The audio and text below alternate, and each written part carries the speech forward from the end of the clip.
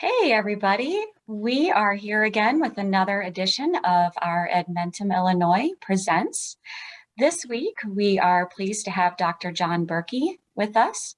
He is currently the Executive Director of the Large Unit District Association, also known as LUDA, and he was formerly a superintendent with the Huntley Community Unit School District 158 for 11 years. We are honored to have him with us today. And I believe John is going to talk to us about what he's reading. So, John, you want to give us an idea of what it is that you were reading and want to share with us?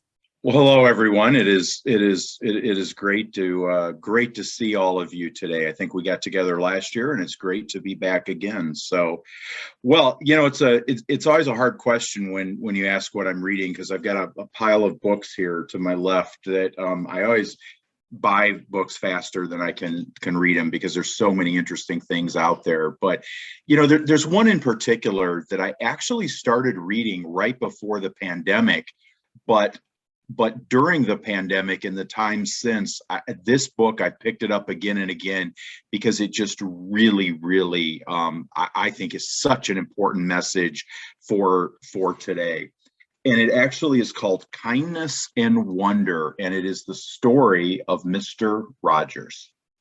And so how I got hooked onto this was, you may remember about a year and a half ago, Tom Hanks came out with a movie about Mr. Rogers, and he did an excellent job portraying Fred Rogers in the movie, and it's just a wonderful message. So this book came out about the same time, and I actually got to learn a little bit more about him. So I guess, to answer why is this so important, like to me personally, well, let me take you back. So, I've been around a while, and I was actually really little growing up, like at the nexus of Mr. Rogers emerging on the scene. So it's the early 70s, and I'm a preschool student. So, say 4 years old. And every afternoon, Mr. Rogers was on TV at 4 o'clock. And so for the younger people watching this, there were no DVRs then, there were no DVDs, there was definitely no streaming. You had to watch things on TV when they were on, or you were out of luck. So let me take you back to my preschool, 4 years old. So I went to preschool every morning, and would get off the bus about noon. And I'm telling this all because, this is like a great life. Who wouldn't want to go back to this? Okay. So I get off the bus at noon. My mom would be there to greet me, and she would make lunch. And often one of the signature lunches she would make was a peanut butter and raisin toasted sandwich. If you've never had that, it is definitely worth something to try. And she would always cut the bread diagonally. It's one thing I always remember. It was always a different way of doing it. So after this great lunch, what do you do when you're 4? You take a nap. And so, I'd go down for nap time again. What a great way to live, So I'd go down for that. But the big thing I would always tell my mom before I went down for my nap is, make sure you wake me up for Mr. Rogers, because he was on at 4 o'clock. Still remember that. And so I had to make sure I was up by 4 o'clock. So she would get me up, and I would watch Mr. Rogers every day. So here, just to take us back a little bit, 4 o'clock would come, and this is what I would hear on TV.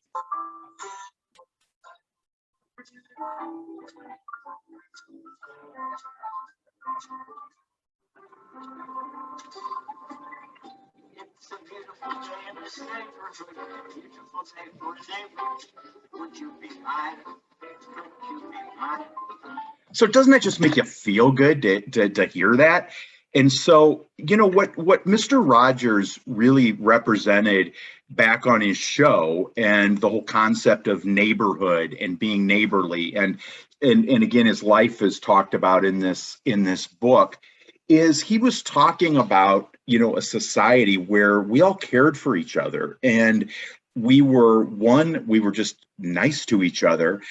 And we really had a sense of community. It was not just about us. In fact, it wasn't about us at all. It was about our larger community. And so I think this book, and I think remembering back to Mr. Rogers' message, and, it's just unfortunately, Fred Rogers passed away close to 20 years ago now. But boy, his message is more important now than ever. When you look in the field of education, just the things that we're dealing with, in the conflict and just people that are constantly upset, and we see it in our larger society, even on a bigger scale. I just think going back to the simple message of, we're all in this together. We're put on this earth to live with each other, and we really need to treat each other as neighbors. And that sounds simplistic, but you know what? Sometimes the simplistic message is the right one, and I think this is one of those cases.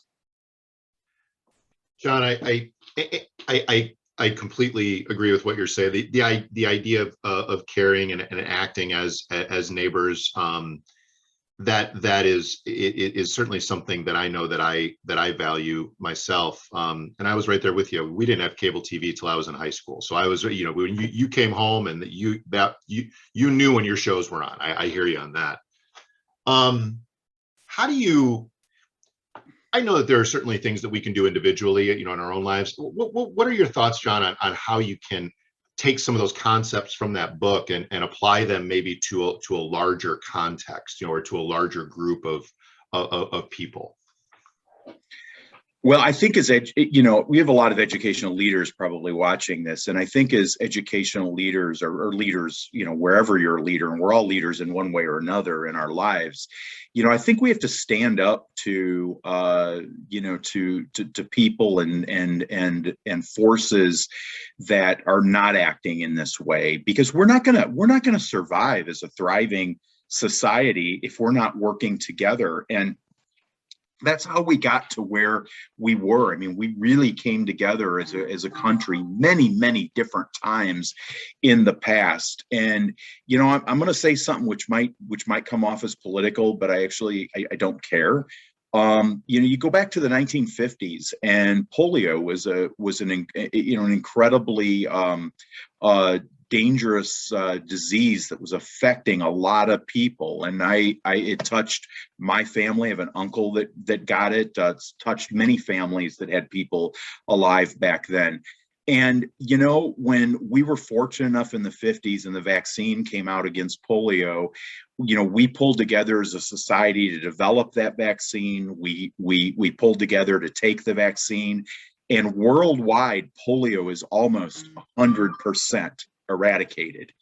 And we all came together, not just as a country, but kind of as a world, to focus on that. And it just seems now that we're spending more time fighting and divided about these things than we are just taking care of them. And that concerns me. There's certainly room for differences in opinion, but we have to quit fighting each other, and we have to work together. And our kids that we care about their health, we care about their future, are really, really dependent on our actions as adults. John, I was curious, you did a great job talking about kindness as a virtue that Mr. Rogers instilled in you and you wanted to get back to. The flip side of the book's title, Wonder, I was asking if at an educational leadership level, what were your takeaways for instilling wonder and curiosity in today's learners within the fabric of today's environment? What do you think about that?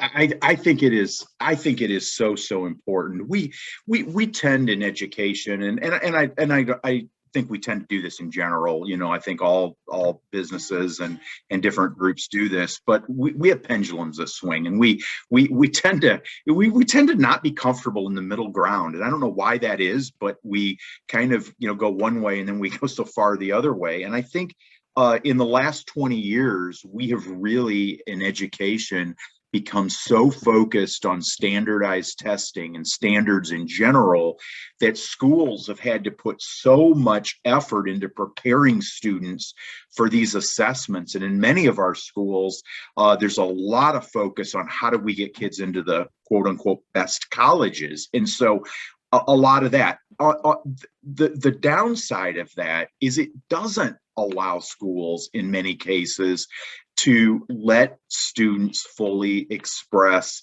and find that wonder and that joy in learning. And when you look at a lot of the startup companies that has become a big thing in the last, especially 10 years, a lot of those companies and ideas are created by people that sat around dreaming and came up with great ideas and are putting them into effect. They didn't start those because they got a certain score on their SAT.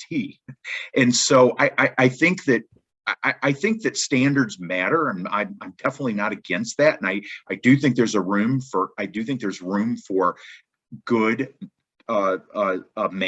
measurement in assessment, but I think it shouldn't be the pendulum all the way over here where it's at the expense of everything else, and we need to find a middle ground. And I'm actually very optimistic that I think we are starting to go back to that middle ground. Well, thank you very much. Today, we've had Dr. John Burkey, Executive Director of LUDA, with us today, talking about Mr. Rogers and his tenets for living a wonderful life. Thank you so much for joining us today. We've loved hearing your thoughts on kindness and wonder. Appreciate you as always. And my last message is, I'm telling you, if you're having a bad day or you're frustrated with what's going on around you, go to YouTube, whether it's on your phone, on your computer, and put in Mr. Rogers and just watch a little bit of him. And I guarantee you're going to come away feeling better. Set your phone alarm clock to his theme song. Wake up in a good mood. That's a really good idea. I'm gonna take that. I'm gonna take that away. That's a good. That would be a great way to have your alarm go off in the morning. I mean, you couldn't help but have a good day. Right.